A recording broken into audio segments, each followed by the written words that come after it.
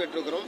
BJP AIADMK கூட்டணி என்பது தோற்கடிக்கப்பட்டிருக்கிறது. குறிப்பாக பிஜேபி 27 இடங்களில் போட்டியிட்டு ஒரு இடத்தில் மட்டும்தான் வெற்றி பெற்றிருக்கிறது என்கிற முறையில் பிஜேபியை தமிழ்நாட்டு மக்கள் முற்றிலும் நிராகரித்திருக்கிறார்கள் என்பதை முதல்ல நான் சொல்ல விரும்புகிறேன். இந்த தேர்தல் பணியில் தொடர்ந்து நாங்கள் கூட்டாக செயல்பட்ட நிலையில் இன்றைக்கு மாண்புமிகு முதலமைச்சர் அவர்களை சந்தித்து மரியாதை நிமித்தமாக சந்தித்து கூட்டணி கட்சியினுடைய வெற்றிக்கு நாங்கள் நன்றியை தெரிவித்துக் கொண்டோம். மாண்புமிகு முதலமைச்சர் நன்றியை தெரிவித்துக் கொண்டோம்.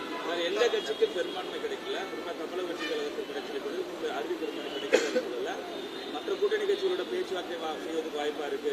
இடதுசாரிகள் என்ன நிலைப்பாட்டில் இருக்கு பேசினாங்களா? அறுதி பெரும்பான்மை கிடைக்காத ஒரு நிலைமை என்பது நீண்ட இடைவெளிக்கு பிறகு தமிழகத்தில் ஏற்பட்டிருக்கிறது.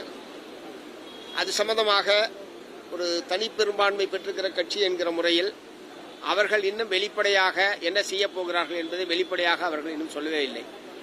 ஆக வெளிப்படையாக முதல்ல கருத்துக்களை தெரிவிக்க வேண்டியது அந்த கட்சி தான். அவங்க எதுவும் தெரிவிக்காத நிலையில எங்க தரப்பிலிருந்து என்ன கருத்து என்ன நிலைப்பாடு என்று கேட்பது என்பதே பொருத்தமானதாக படல. இதுவரை உங்களுக்கு அழைப்பு எது வந்திருக்காரு? இல்ல, அது யூகத்தில் கேட்கிற கேள்வி. முதல்ல அறுதி பெரும்பான்மை இது தனிப்பெரும்பான்மை கட்சி என்கிற முறையில் அவர்களுக்கு தான் அந்த சட்டப்படியான வாய்ப்பு என்பது இருக்கிறது. அவர்கள் என்ன செய்ய போகிறார்கள் என்பது தெரியவில்லை. அவர்களுடைய நிலைப்பாட்டை அவர்கள் வெளிப்படையாக சொன்னதற்கு பிறகு என்ன நிலைப்பாடு எடுப்பது என்பது நாங்கள்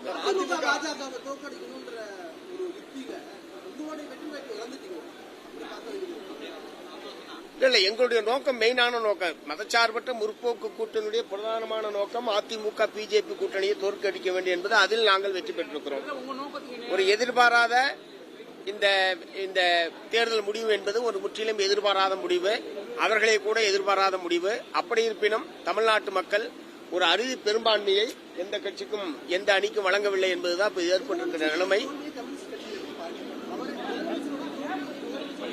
உண்மையிலே தமிழ்நாடு முழுவதுக்குமே பெரிய அதிர்ச்சி, தமிழ்நாட்டு மக்கள் மத்தியில் மிகப்பெரிய அதிர்ச்சியை ஏற்படுத்தி இருப்பது மாண்புமிகு முதலமைச்சர் அவருடைய தோல்வி. அதை முற்றிலும் யாராலுமே ஏற்க முடியாத ஒரு தோல்வி என்பதுதான். அதை பொதுவாக தேர்தல் நிலைமைகள் சம்பந்தமாக முதலமைச்சரோடு ஒரு கலந்துரையாடல் என்பது நடக்கும்.